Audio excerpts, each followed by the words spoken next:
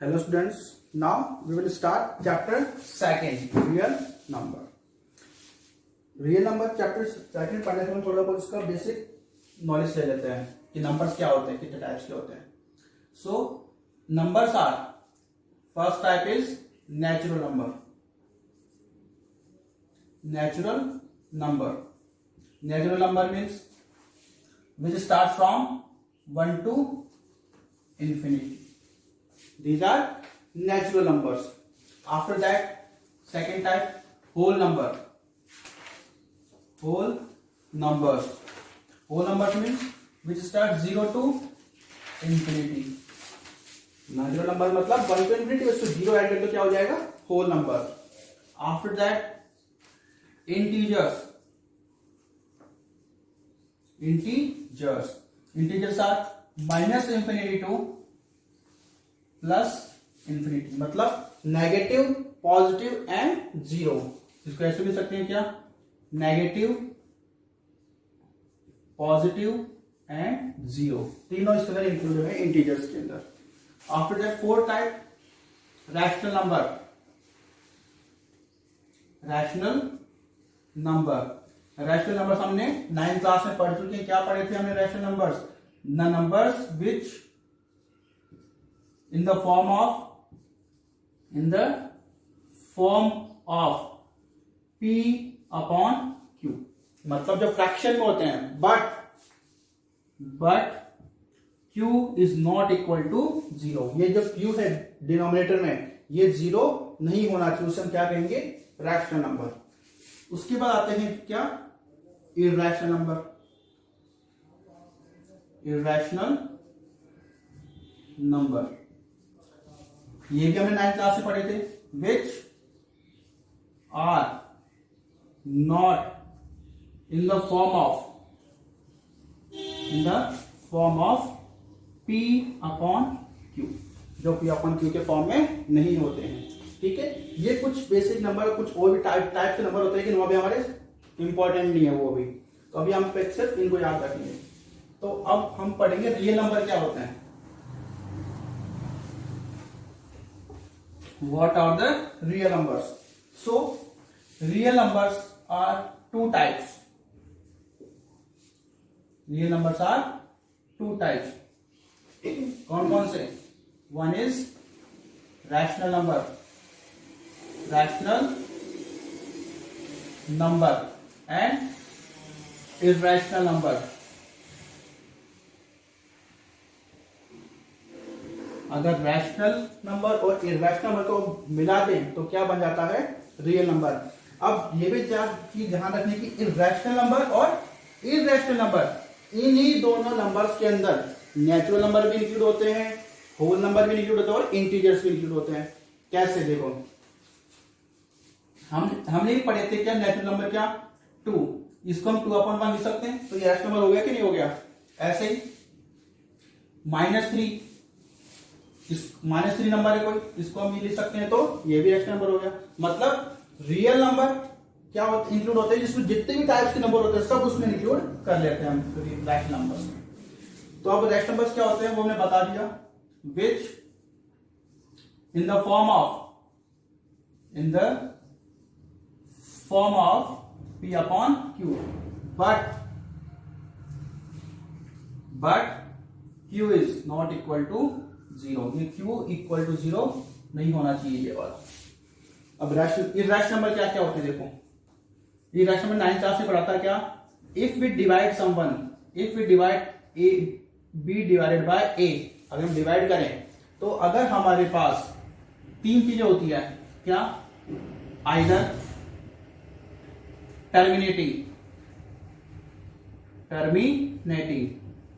Means complete divide complete हो चुका है, या फिर आइदर नॉन टर्मिनेटिंग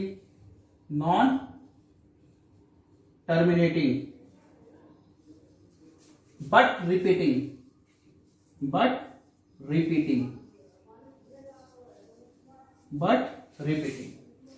और नॉन टर्मिनेटिंग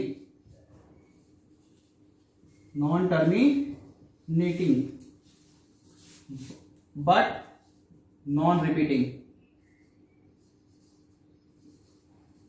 नॉन रिपीटिंग। ये तीन चीजें होती है। अगर हम किसी भी डिवाइड करते हैं किसी भी नंबर में किसी के अंदर, तो क्या होता है, या तो वो पूरा पूरा डिवाइड हो जाएगा या फिर डिवाइड नहीं होगा बट रिपीट होता जाएगा। जैसे जैसे हम लेते हैं एग्जांपल 10 डिवाइडेड बाय 3 का, तो क्या होगा इसके अंदर 0.3333 इस तरह से इन्फिनिटी चलता जाएगा। मतलब क्या हो रहा है, इसमें 3 रिपीट हो रहा है बार बार। बट अगर हम डिवाइड करें क्या 10 डिवाइडेड बाय 7, तो क्या होगा देखो 10 डिवाइडेड बाय 7 करते हैं तो 7 1 जा 7, क्या आ गया 10 7 3 आ गया। तो क्या बचेगा, हम यहाँ पे पॉइंट लगा करके 0। उसके बाद क्या आएगा 7 4 जा 28, क्या बचेगा 2 आ गया। अब 0 7 2 जा 14, क्या रहेगा 10 माइनस 4 6, अब क्या आ गया फिर से 0। अब क्या आएगा 7 8 जा 56, क्या आ गया 4, फिर आगे 0 7 5 जा 35, फिर क्या आ गया 5 7 7 जा 49, फिर क्या आ गया 0 7 1 जा 7, क्या आ गया 3। अब देखो यहां पे तक तो आ गया। अब इसके बाद क्या होगा, फिर से वही आ जाएगा क्योंकि 10 आ गया ना यहाँ पे, फिर से क्या होगा यही आएगा, फिर ये पूरा चलता है। आगे क्या आ जाएगा 1 4 2 8 5 7 4 2 सॉरी फिर से 1 4 2 8 5 7, इस तरह से आगे चलता जाएगा। तो ये भी क्या हुआ, ये भी हो गया क्या नॉन टर्मिनेटिंग बट रिपीटिंग, क्योंकि ये जो फिक्स नंबर ऑफ टर्म्स है बार बार क्या हो रही है, रिपीट होती जाएंगे इसके अंदर। ओके, फिर आता है क्या non terminating but repeating. Non terminating non repeating मतलब एक ऐसा नंबर जिसके अंदर अगर हम डिवाइड करें तो कोई भी नंबर ऑफ टर्म्स या फिर कोई भी डिजिट्स बार बार रिपीट नहीं होती है। तो इन दोनों को, इसको नहीं सिर्फ इन दोनों को, इनको हम क्या कहेंगे इर्रेशनल नंबर। इर्रेशनल नंबर्स, इन दोनों को हम क्या कहेंगे, जो नॉन टर्मिनेटिंग बट रिपीटिंग होंगे या फिर non terminating but non repeating होंगे, इनको हम क्या कहेंगे इर्रेशनल नंबर्स। और क्या होते हैं इर्रेशनल नंबर, एक ऐसे नंबर जिनके हम अंडर रूट या फिर रूट फाइंड नहीं कर सकते। The numbers whose we can't find root, जैसे under root 2, under root 3, under root 5, under root 7, under root 11। ये जो नंबर्स होते हैं कुछ, इनके हम क्या कर सकते हैं रूट फाइंड, मतलब पूरा पूरा रूट फाइंड हम नहीं कर सकते। ओके, इनको क्या कहेंगे इर्रेशनल नंबर। या फिर पाई, जो पाई की वैल्यू पाई होता है वो भी क्या होता है इर्रेशनल नंबर होता है, क्योंकि इसकी वैल्यू जो होती है 3.1428567 इस तरह आगे इनफैक्टर चलती जाती है इसकी वैल्यू, कभी भी कंप्लीट वैल्यू नहीं आती इसकी। हम सिर्फ एक वैल्यू लेते हैं 3.14, वो एक रेफरेंस ले लेते हैं हम सिर्फ। या फिर हमने यहाँ पे पढ़ा था कि which in the form of p upon q but q is not equal to, अगर ये 0 हो गया तो वो क्या हो जाएगा इर्रेशनल नंबर। इर्रेशनल नंबर्स, तो ये 4 टाइप के इर्रेशनल नंबर्स होते हैं हमारे पास। कौन कौन सा, first, second, third, fourth, 5 types के इर्रेशनल नंबर हमारे पास होते हैं। ठीक है, तो ये हो गया हमारे पास रियल नंबर। क्या होते हैं real numbers. The first topic in chapter second, this is the first topic in Euclid's division lemma.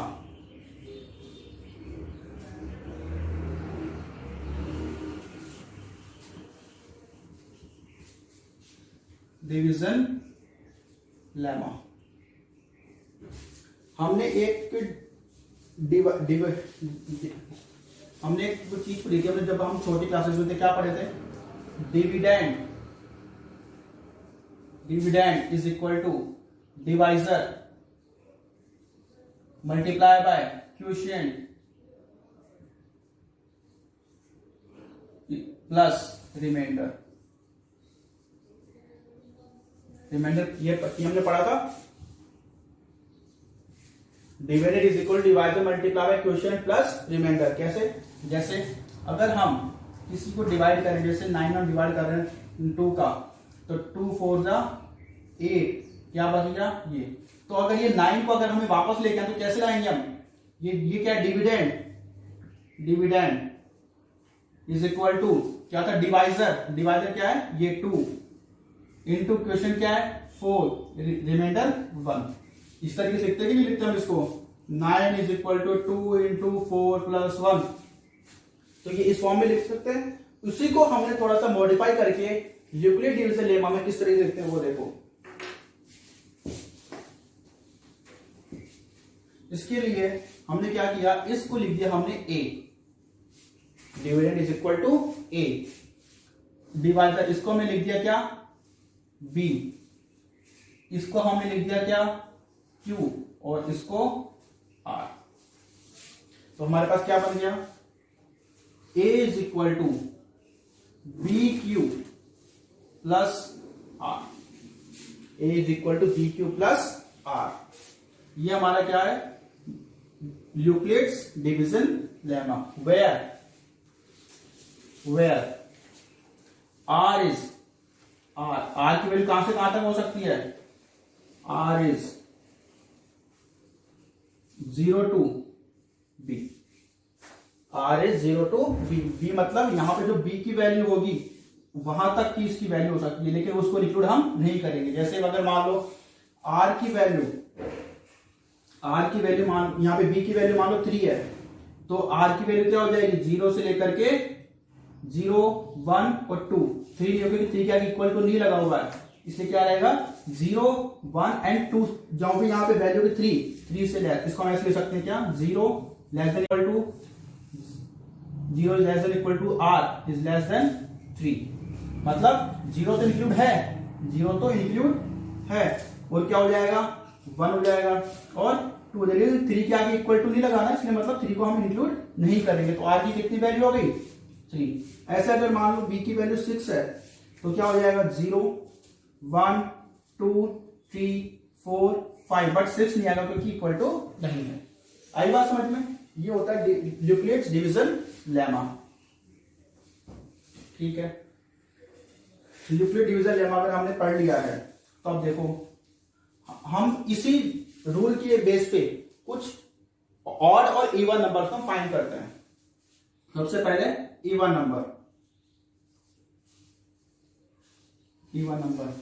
Numbers हमने पढ़े थे क्या, the numbers in which 2 is divided completely, ऐसे नंबर जिनमें 2 क्या होता है कंप्लीटली डिवाइड हो जाता है, 0 बचता है।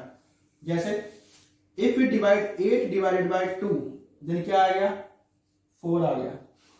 ठीक है, तो इसको अगर आप देखो, अगर हम लिखना चाहें इस फॉर्म में तो कैसे लिखेंगे, 8 is equal to 2 multiply by 4 plus 0, क्योंकि 8 is dividend, 2 is divisor and r is quotient and 0 is remainder. तो देखो अगर मान लो फिर से अगर हम और एग्जांपल लेते हैं, 12 ले लेते हैं हम, 12 डिवाइडेड बाय 2, तो क्या आएगा 6 आएगा। इसको हम लिखेंगे कैसे, लेकिन 12 is equal to 2 into 6 plus 0।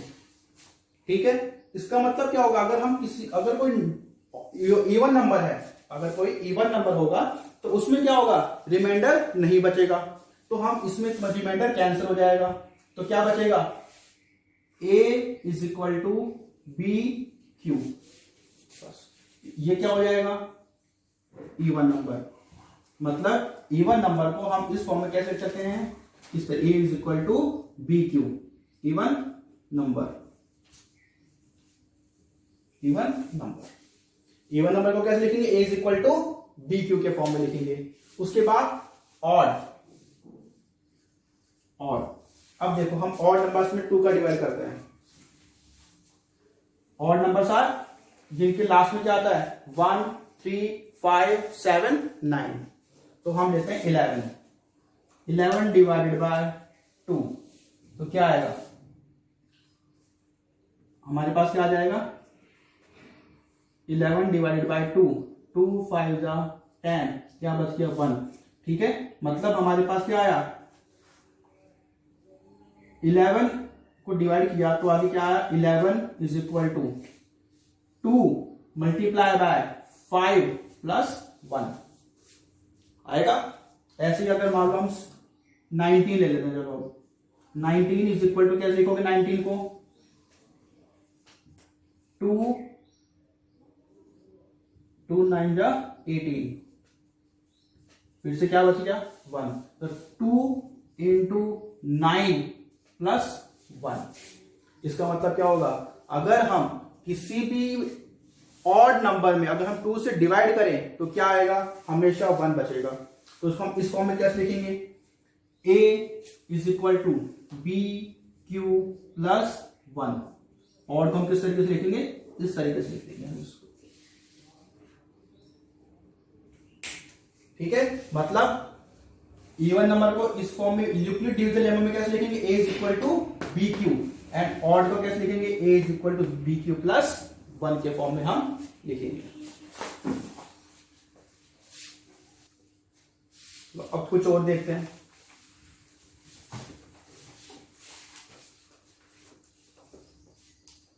अगर हम कोई भी दो नंबर ले कंटिन्यूसली आने वाली, कोई ऐसे नंबर जो कंटिन्यू आते हैं, जैसे 2 3 6 7 9 10 11 12 या फिर 15 16, ये नंबर क्या है, वो कंटिन्यूसली आ रहे हैं एक के बाद कॉन्जिक्यूटिव नंबर से, 2 3 6 7 9 10 11 12 15 16। देखो इनको मल्टीप्लाई करने पर क्या होता है, 3 2 जा 6, 6 7 जा 42, 9 10 जा 90, 12 1 जा 12, 1 कैरी 12 1 जा 12 प्लस 1 30, 132, 16 5 जा 80, 8 कैरी 16 16 प्लस 8 24। एक कॉमन चीज क्या दिख रही है इसके अंदर, ये जो हमारे पास आए हैं इसके अंदर कॉमन चीज क्या दिख रही है, कॉमन चीज ये दिख रही है कि ये सब के हमारे पास क्या है, इवन आए हैं, हमारे पास क्या आए हैं, इवन नंबर। मतलब if we multiply two consecutive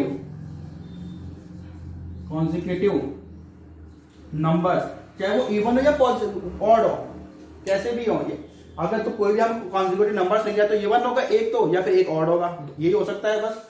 मतलब या इसको हम ऐसे भी सकते हैं कि if we multiply 1 odd number and 1 even number, then result will be even always. तो इन नंबर पर ऐसे लिख सकते हैं क्या,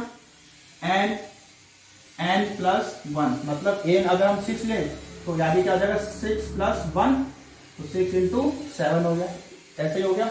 अगर ऐसे अगर n अगर हमें मिले 9 तो अगला क्या हो जाएगा 9 प्लस 1, तो 9 इंटू 10। हम अगर एक नंबर अगर हमने n ले लिया तो दूसरा ने क्या लिया, n plus 1 is always even, या फिर हम इसको ऐसे, और इवन क्या होता है BQ, इसको लिख सकते हैं 2Q। इवन को हम कैसे लिख सकते हैं 2Q, सो यहाँ पे एक हमने लिखा था 2Q, यहाँ पे भी क्या आएगा 2Q। A is equal to 2Q और A is equal to 2Q plus 1, क्योंकि हमने किससे डिवाइड किया था, 2 से डिवाइड हो रहे हैं ये। A is equal to 2Q और A is equal to 2Q plus 1। Okay, इसको करेक्ट करो, a is equal to 2Q और a is equal to 2Q plus 1।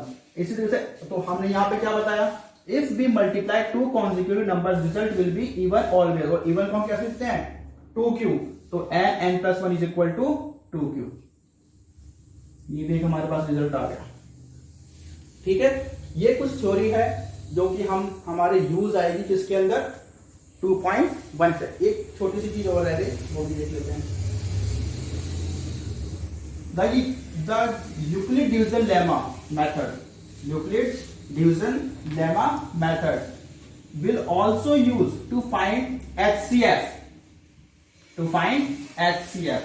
HCF find करने के लिए यूक्लिड डिवीजन लेमा को मेथड हम यूज करते हैं. HCF क्या होता है पहले तो ये देखो. HCF is highest common factor. Highest common factor. Highest common factor मतलब अगर हमें कहे कोई चीज 6, 8 और 10 का HCF फाइंड करो तो हम क्या करते हैं. देखो इसके अंदर इसका फैक्टर करेंगे 2 इंटू 3, इसके करेंगे 2 इंटू 2 इंटू 2 और इसके 2 इंटू 5. ठीक है. तो HCF क्या होता है. अगर हम ऐसा कॉमन टर्म ढूंढते हैं तीनों के अंदर, हम क्या करते हैं फाइंड करते हैं ऐसा common term with highest power. एक ऐसा कॉमन टर्म जिसकी हाईएस्ट पावर हो. तो यहां पे कॉमन टर्म कौन सा है 2 है और 2 की हाईएस्ट पावर क्या है 1. तो HCF क्या हो जाएगा. HCF is equal to 2. इसका HCF क्या है 2. अगर अब हमें कोई दो नंबर कहें सिर्फ, जैसे 15 एंड 20, इसके HCF हमें फाइंड करना है तो इसका भी करते हैं. 15 और 20 इसके फैक्टर्स करोगे क्या फैक्टर्स आ जाएंगे 3 इंटू 5 और इसके 2 into 2 into 5. Okay.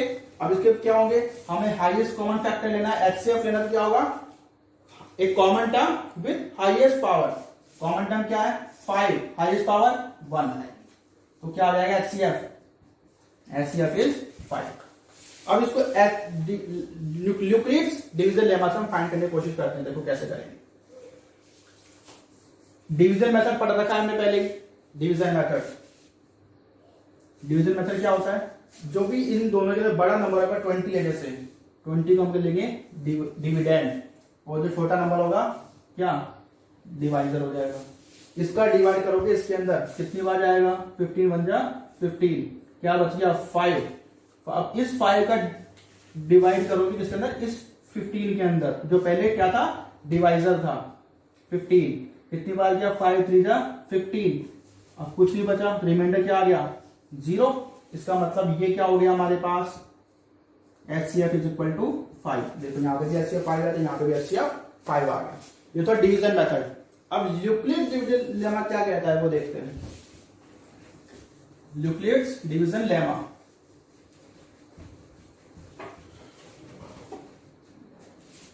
HCF by Euclid's division lemma.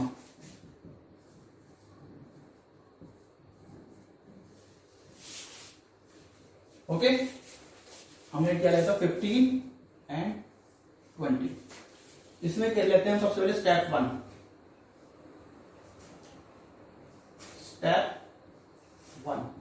Step 1 में क्या करते हैं 15 and 20 are 2 integers.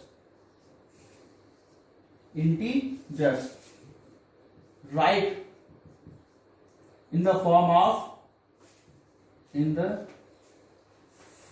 of Euclid's division lemma.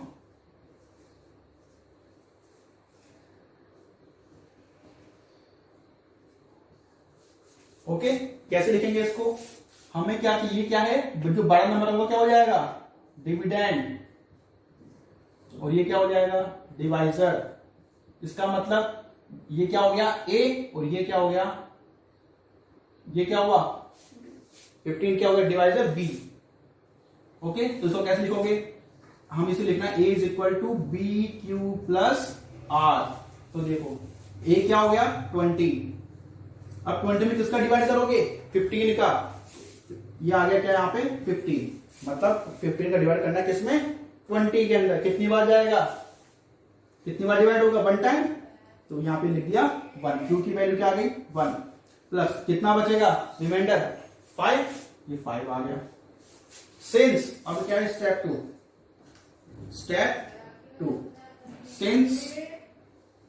Since 5 is not equal to 0.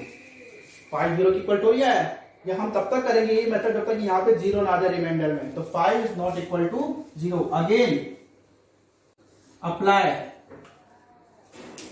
Euclid's division lemma. Okay, तो क्या करेंगे अब जो हमारे पास पहले b था उसको क्या बना देंगे a, ये आ गया a। 15 इज इक्वल टू, अब किसका डिवाइड करोगे, जो हमारे पास क्या था रिमाइंडर को क्या बना दोगे b, रिमाइंडर को बनाना है b। अब यहां पे देखो मतलब 5 का डिवाइड करना है किसके अंदर 15 में, कितनी बार जाएगा 3, रिमाइंडर क्या बचेगा 0। Since remainder is 0, so HCF is equal to, जो भी हमारे पास लास्ट में b आया, सबसे लास्ट स्टेप में जो भी b बनेगा, जो भी b आएगा उसको हम क्या बोलेंगे HCF।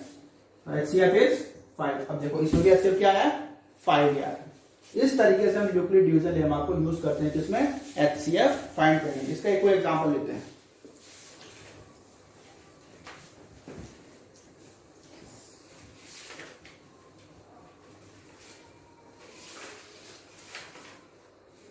अब हम लेते हैं find HCF 2 and 10 by Euclid's division lemma। Okay, तो सबसे पहले step 1 2 and 10 are integers। 2 and 10 are integers, so write in the form of Euclid's division lemma।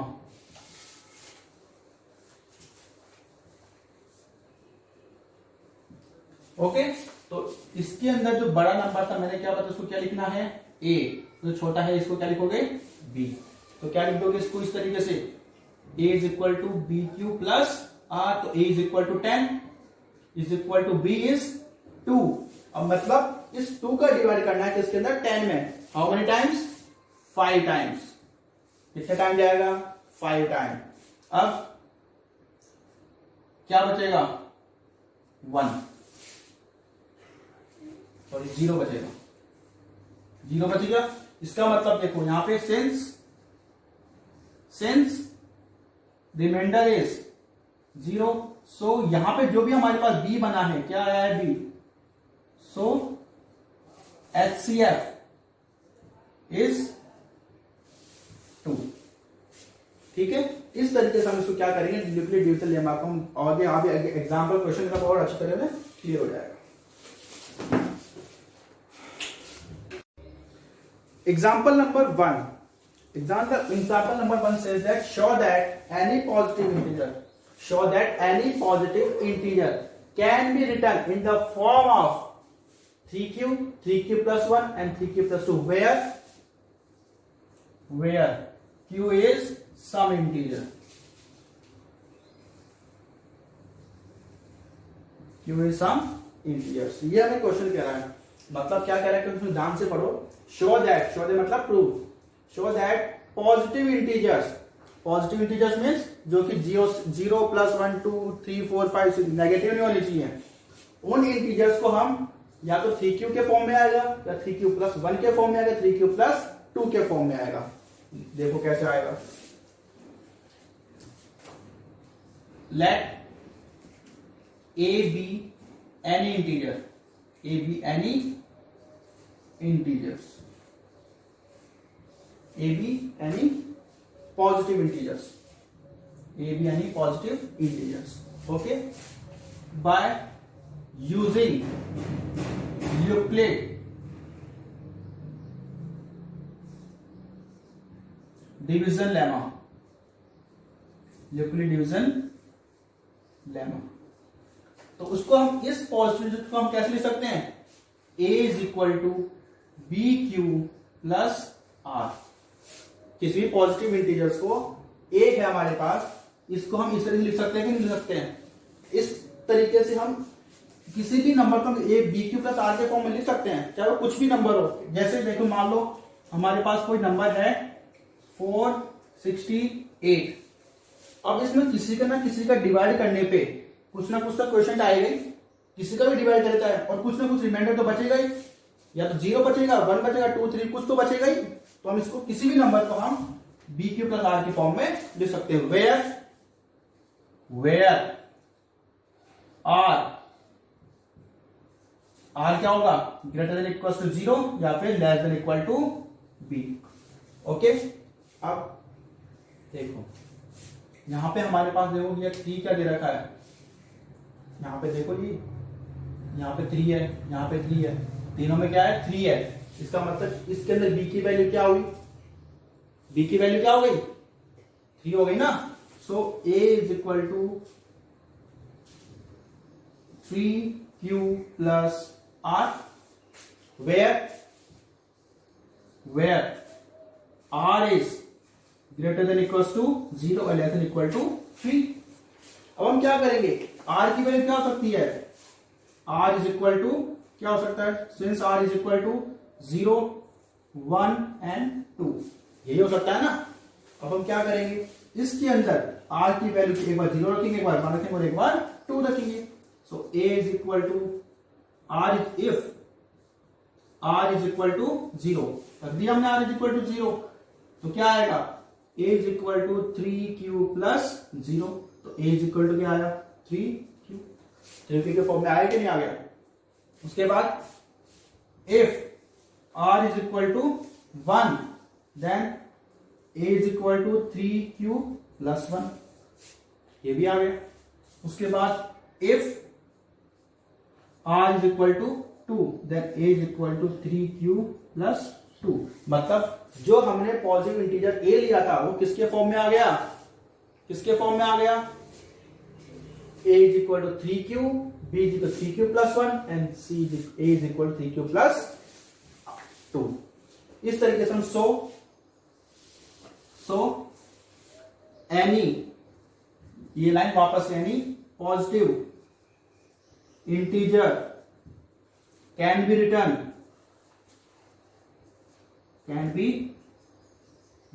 in the form of 3q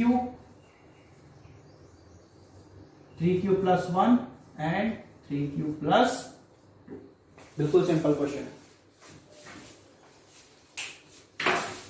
Yes, now second example. Show that every positive even integer is in the form of 2q and every positive odd integer is in the form of 2q plus 1 where q is any integer। हमें ये बताना है कि अगर positive even integer होगा वो किस form में होगा, 2q के फॉर्म में, और अगर पॉजिटिव ऑड इंटीजर हो जाएगा तो किस फॉर्म में होगा, 2q plus 1। Example number 2, example 2। तो इसमें हमने क्या प्रूव करना है, हमें यह प्रूव करना है कि if we take any even positive integer then it will be in the form of 2q plus 1 and any odd positive integer then it will be in the form of 2q plus 1। ये हमें prove करना है। तो देखो कैसे करेंगे, जैसा हमने किया था यूक्लिड डिवीजन लेमा, वही मेथड यूज करेंगे। सो सबसे पहले let a be any positive integer, हमने ना तो इवन लिया ना ऑड लिया, क्या लिया हमने, let a be any positive integer. तो इस ए को हम किस तरीके से लिख सकते हैं, बाय यूक्लिड्स डिवीजन लेमा। कैसे लिखोगे इसको, a is equal to B Q plus r. ठीक है, हमें क्या दे रखा है, हमें या तो 2q के फॉर्म में लिखना है या 2q प्लस 1। इसका मतलब r is equal to, if a is equal to 2q और a is equal to 2q plus 1, इसका मतलब r कितना हो गया 2, since r is equal to 2, इसको हम कहते हैं वेयर r इज 0 से लेकर के b। तो यहां पे क्या हो जाएगा, r is equal to b is equal to, since b is equal to 2, b क्या है यहाँ पे 2 है कि नहीं है, 2 है। तो यहाँ पे r कितना हो जाएगा, ये 2 और यहाँ पे 0, मतलब 0 से लेकर के कितना 1 ही होगा, क्योंकि 2 पे तो इक्वल टू का साइन है ही नहीं, क्या होगा। So r is equal to 0 and 1। Okay, अब देखो हम if r is equal to 0, then इसके लिए वैल्यू पुट करो, a is equal to 2q plus 0, a is equal 2q plus 0, a is equal to 2q।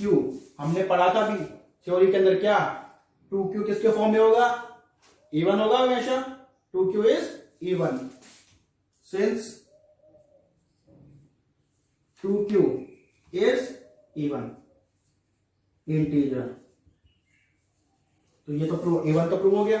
अब क्या करोगे, if r is equal to 1, इसके अंदर पुट कर दो वापस, a is equal to 2q plus 1, 2q plus 1 किस फॉर्म में लिखा था हमने, odd, since 2q plus 1 is odd integer. देख लो, मतलब अगर 2q आया तो किस फॉर्म में होगा, even होगा, और 2q प्लस 1 तो क्या हो जाएगा, odd. So hence any positive even integer is in the form of 2q and positive odd integer in the form of 2q plus 1। ये हमने प्रूव कर दिया। Yes, example number 3। use Euclid's division lemma to show that square of any positive integers is either in the form of 3n or 3m plus 1। हमें क्या कह रहा है ये, हम ये कह रहा है कि अगर हम कोई ले क्या, square of any positive integer, square of any positive integer, it will be in the form of 3m और 3m प्लस 1, या तो 3m आएगा या फिर 3m प्लस 1 आएगा। इसको हम कैसे प्रूव करेंगे, वही यूक्लिड्स डिवीजन लेमा। तो हम क्या लेंगे, सबसे पहले let a be any positive, क्या था, इवन था ना, even integer, any positive integer, even नहीं है, positive integer,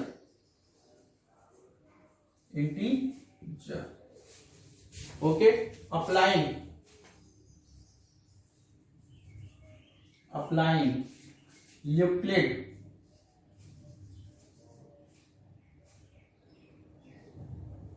division lemma,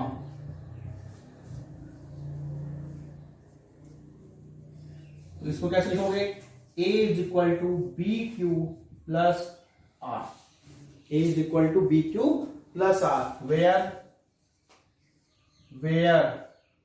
are क्या होगा, इससे तो कम, किससे, बी से, और ग्रेटर इक्वल टू 0। ठीक है, यहां तक तो सिंपल ही होगा, सब में बिल्कुल एक ही मेथड होगा सबके अंदर। अब हमें क्या दे रखा है, देखो हमें या तो होना चाहिए क्या 3m या फिर 3m प्लस 1। ओके, तो हम अगर हम यहां पे देखो, वहां पे क्या है 3 है, तो यहां पे b की वैल्यू क्या होगी 3, since b is equal to 3, so r क्या हो जाएगा, लेस देन इक्वल टू 3, ये होगा। तो r की वैल्यू अगर हम if r is equal to 0 तो क्या हो जाएगा, a is equal to 3q plus 0, तो a is equal to 3q, यही होगा। उसके बाद if r is equal to 1, r is equal to 1, then a is equal to 3q plus 1, and if r is equal to 2, a is equal to 3q plus 2। ठीक है, ये दो case हमारे पास बनेंगे, एक ये और ये। अब हमें क्या कह रहा है, इन पॉजिटिव, अभी अब तक हमने क्या कह रहा था, सिंपल कह रहा था। अगर हमें सिंपल है तो यहां पे हो जाता हमारे क्वेश्चन, लेकिन हमें क्या कह रहा है, इसका स्क्वायर, मतलब हमें क्या करना है, इनके स्क्वायर करने हैं। स्क्वायर करने के बाद क्या आना चाहिए, या तो 3m आना चाहिए, 3m प्लस 1 आना चाहिए। तो केस फर्स्ट क्या है, if r is equal to 0 तो a इज इक्वल टू कितना हो गया, a is equal to 3q। Square करना है ना, स्क्वायरिंग करने पे क्या होगा, इसका भी square, a square and 3q square कर दो। इसका तो क्या हो जाएगा, a स्क्वायर हो जाएगा, और इसका क्या हो जाएगा, 9q स्क्वायर हो गया ना। अब देखो ये तो a स्क्वायर हो जाएगा, इसको हम देखो ऐसे लिख सकते हैं क्या, 3 इंटू 3q स्क्वायर लिख सकते हैं ना, इसको ऐसे 3 इंटू 3q स्क्वायर लिख सकते हैं। तो if a square is equal to 3 and इसको क्या बना दिया, m बना दिया, मतलब ऐसे 3q स्क्वायर क्या बना दिया, m, a square is 3m, where m is equal to 3q square. तो ये देखो हमने क्या किया था, पॉजिटिव इंटीजर लिया था, उसका स्क्वायर किया तो किस फॉर्म में आ गया, 3m के फॉर्म में आ गया ना। अब ऐसे इन दोनों को करेंगे हम, देखो इन दोनों कैसे करो, case two if r is equal to 1, if r is equal to 1 तो a is equal to 3q plus 1, 3q plus 1, squaring क्या होगा, स्क्वायरिंग करने पे a square and 3q plus 1 whole square, इसका तो क्या हो जाएगा, a स्क्वायर एंड इसका a plus b whole square बनेगा, a plus b whole square, क्या होगा, a square plus b square plus 2ab, ये होगा। a square means 3q whole square, b square means b को बाद में लिखने, पहले लिख लेते ये वाला 2ab, 2 into a 3q into 1, यही आएगा, और लास्ट में क्या आ गया, 1 स्क्वायर लिख सकते हैं ना ऐसे। a स्क्वायर, इसकी क्या हो गया, 9q square plus 3 2 6q plus 1 लिख सकते हैं। अब देखो a square is equal to, इन दोनों में से देखो क्या कॉमन आ सकता है, 3 कॉमन आएगा, सिर्फ हमें न्यूमेरिकल कॉमन लेना है, वेरिएबल कॉमन नहीं लेना है, क्या लेना है, सिर्फ न्यूमेरिकल। तो क्या कॉमन आएगा, न्यूमेरिकल 3, यहां पे क्या रह गया, 3q स्क्वायर, और यहां पे क्या रह गया, 3 2 6q प्लस 1। अब देखो a square is equal to 3, इस पूरे को हमने क्या लिख दिया, m plus 1, okay, where m is equal to 3q square plus 2q। ये देखो इसका भी हमने स्क्वायर किया तो क्या आ गया, 3m प्लस 1 के फॉर्म में आ गया ना। ऐसे ही अब हमें इसका करना है केस थर्ड, केस 2 था, केस 1 था, अब case third is equal to r is equal to 2, if r is equal to 2 r is equal to 2, तो क्या हो जाएगा a is equal to 3q plus 2। Squaring करेंगे इसका भी, squaring a whole square is equal to 3,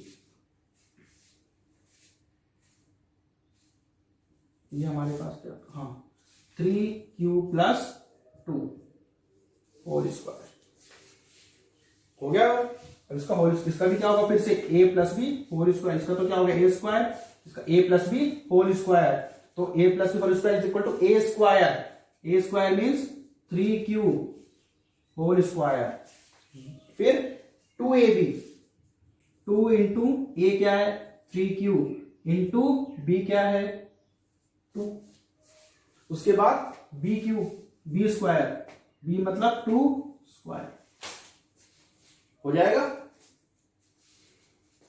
तो a square is equal to, यहां पे क्या हो गया 9q square plus 3 two 6, 6 two 12q plus यहां पे क्या हो गया 4। ओके, अब a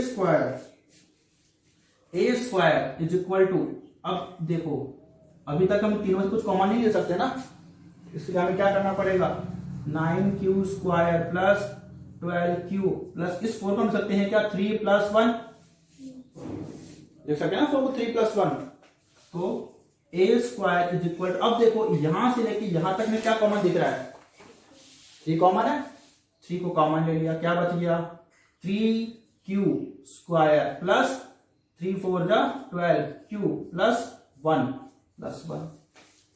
अब हमने क्या किया, इस पूरे को यहां से लेके इस टर्म को हमने क्या लिख दिया m, तो a square is equal to 3m plus 1, तो ये देखो ये केस थर्ड भी क्या आ गया 3m प्लस 1 के फॉर्म में आ गया। सो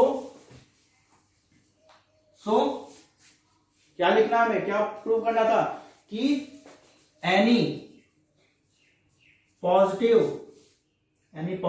कौन सा इंटीजर था, any positive integer square of any positive integer in the form of